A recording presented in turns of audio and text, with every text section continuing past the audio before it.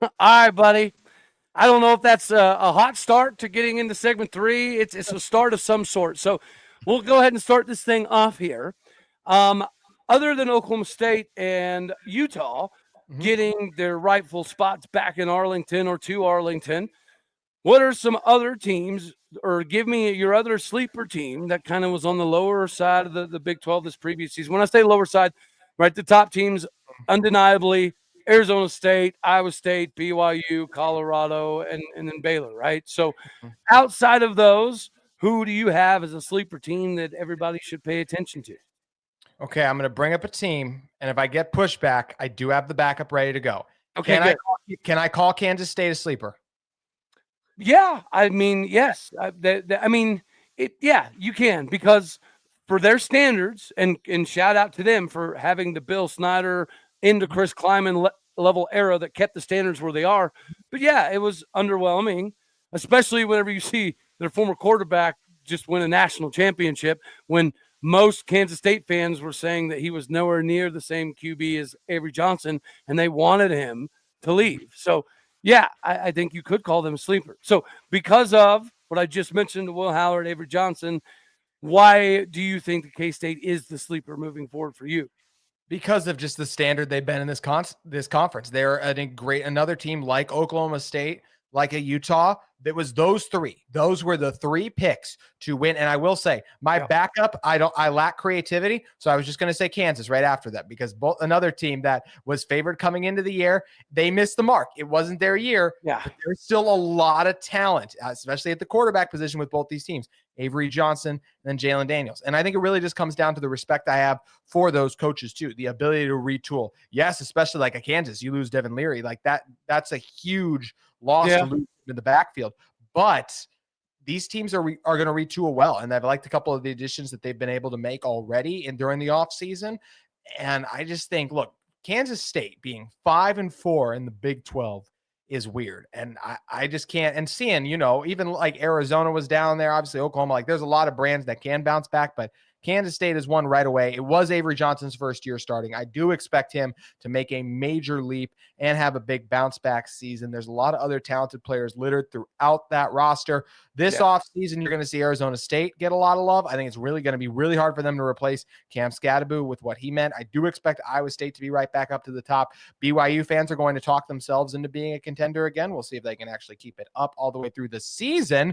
Colorado, we'll see. Baylor's another one I'd be looking at there too, but Kansas State, I like Kansas State as my sleeper if they can be a sleeper. I can go with that. KU would have been a bolder choice, right, for the sleeper pick, because I think they lose a decent number of individuals. Now, that doesn't mean that they're going to stay down, right? So, but with that, the other team that is supposed to be our natural rival, right, it wasn't supposed to be Utah.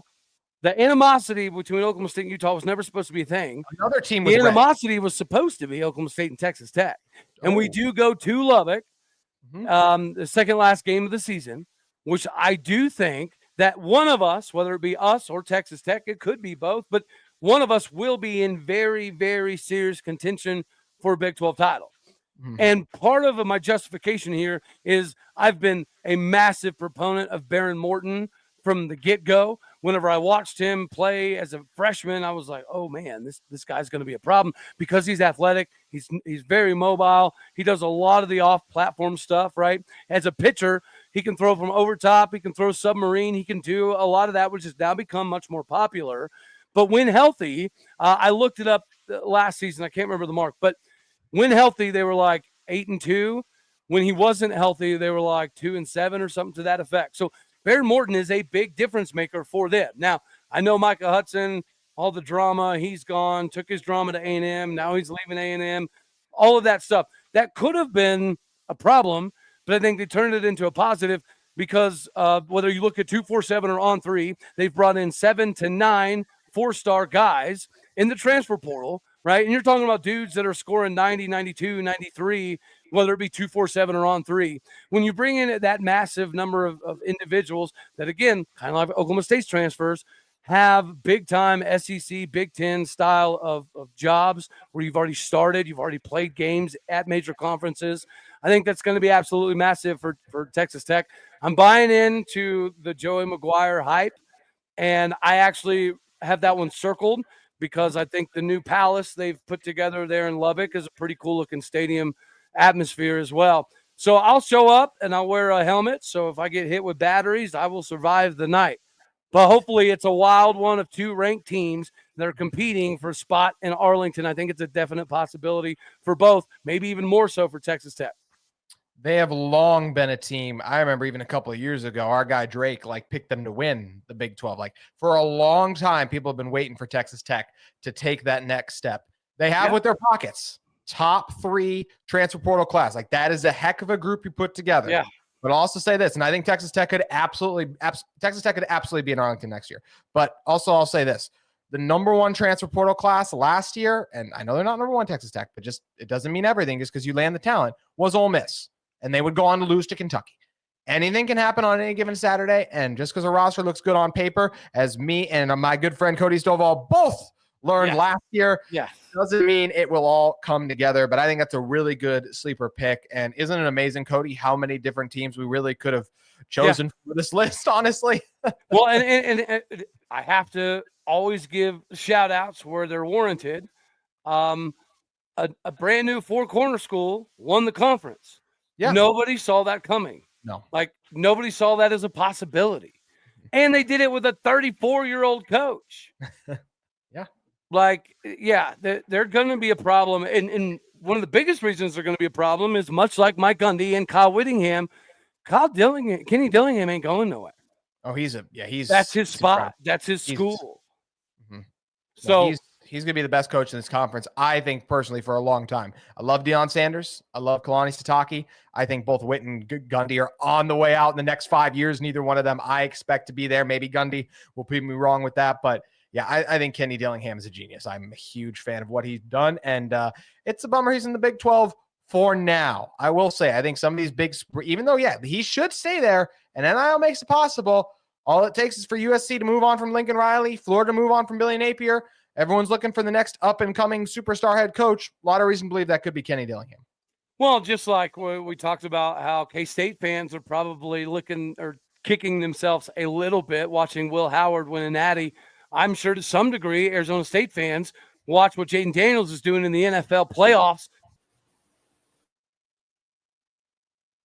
But first, today's episode of Locked On Utes is brought to you by our great friends at Game Time. Game Time is here for you. If you're attending the NFL playoff games, it's an experience like no other, and no venue is better than the Super Bowl. Now that the matchup is set, the energy, the excitement, and the connection with other fans is unmatched, especially in New Orleans. I remember the thrill of seeing my favorite team win playoff games, and something I'd love to see is eventually make it to the Super Bowl, but I'm a Vikings fan, so we'll see how that goes. And those memories are ones they obviously never forget. This year, Game Time is making it even easier to create those unforgettable memories and moments with their new feature called Game Picks. It filters out the fluff to show you only the best deals on great seats, so you can focus on what matters, being there. I use Game Picks to grab tickets for an upcoming playoff game, and it could not have been easier. I found a super deal that gave me incredible value for amazing seats, and I could even preview the view from my spot before buying. The all-in price is a game changer. No surprise fees at checkouts, plus knowing my tickets are backed by the Game Time guarantee gives me complete peace of mind. What does Game Time offer?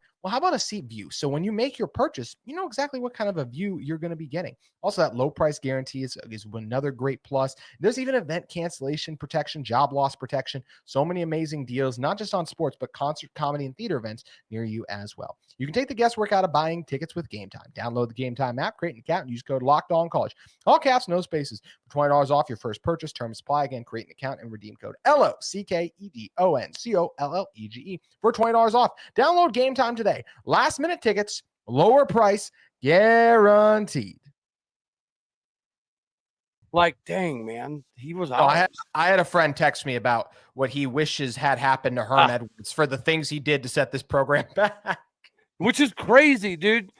When they hired Herm Edwards, I was like, oh my gosh, they're going to be a problem. And he did have a 9 or 10 win season. So he did have a big year, but yeah, there was so much nefarious activities going on.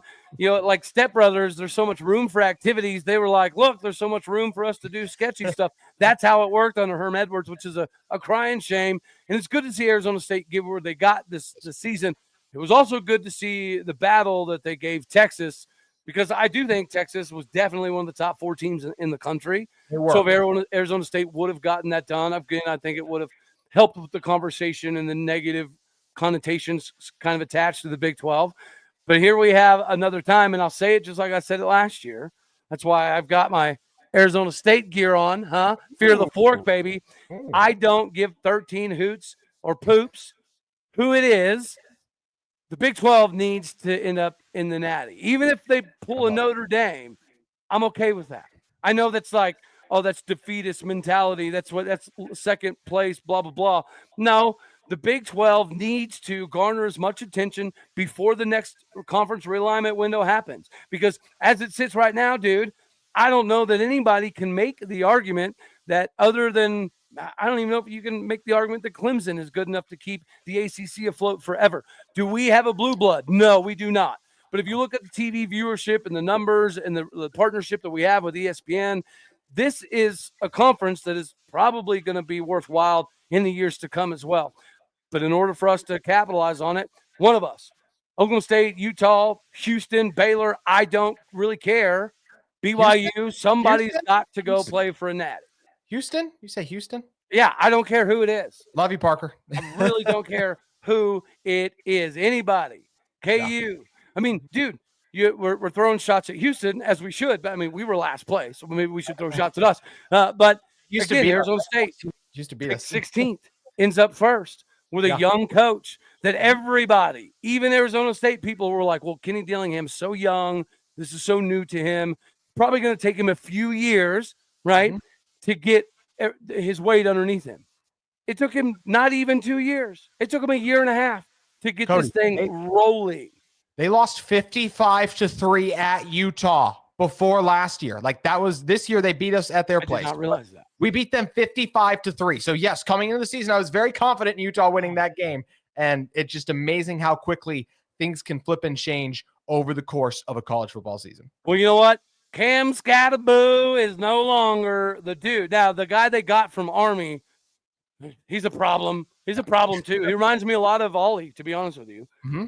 Yeah, so he's going to be an issue, but the issue of the untackleable Darren Sproles-esque individual, that was my comp, Cam Scattaboo. Like, he just bounced off tackles, whether it was 5 people, 6 people, 2 people, it didn't matter. And he did it against the arguably the best defense in the country. Yep. Like, Texas has, 8, 9 NFL dudes right here, right now on that starting 11 easily. I know that Ohio State and Jim Knowles, former Cowboy defensive coordinator, and that should come back someday. I know they just won the Natty, and you could make the argument they're the best, but I don't know, man. I really don't know.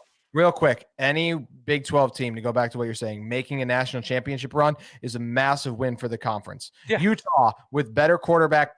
Cam Rising was on one leg. Like, you could easily make the case. I think Arizona State was the best team in the Big 12. I think they would have won the Big 12. But that is, if you get better quarterback play for Utah, you're right in that game against an Arizona State team that, forget the targeting call against Texas, just stop them on 4th and 13. And they're the ones moving on playing Ohio State. Their parity in college football is incredible right now.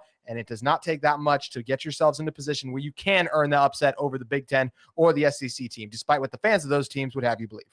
Dang it, JT, what a phenomenal segue for us to skedaddle on off of here. It's almost like you've done this a time or two, and you might be a Chris Level. Watch out. JT's professionalism is coming for you, my guy. Yeah, so great segue, because you just said Cam Rising was playing with one leg, and ironically enough, Alan Bowman was playing off of one leg. The difference is one of them was willing, one of them wasn't. That's all we're going to have for this one right here. From everybody at Locked On Oklahoma State Country, thank you very much for making this your first listen. You could be anywhere, so happy you choose to be here. JT, you're locked on Ute Country. Very happy that we get to do this and have these crossovers. It's a crying shame that our teams aren't great in basketball. Yep, not great. We still beat you guys, so we're not dead last. You know what? I walked into that one, but that means we're walking out. All right, love you. Goodbye. Yeah. Yeah. I can't believe you took that shot. How dare you, sir?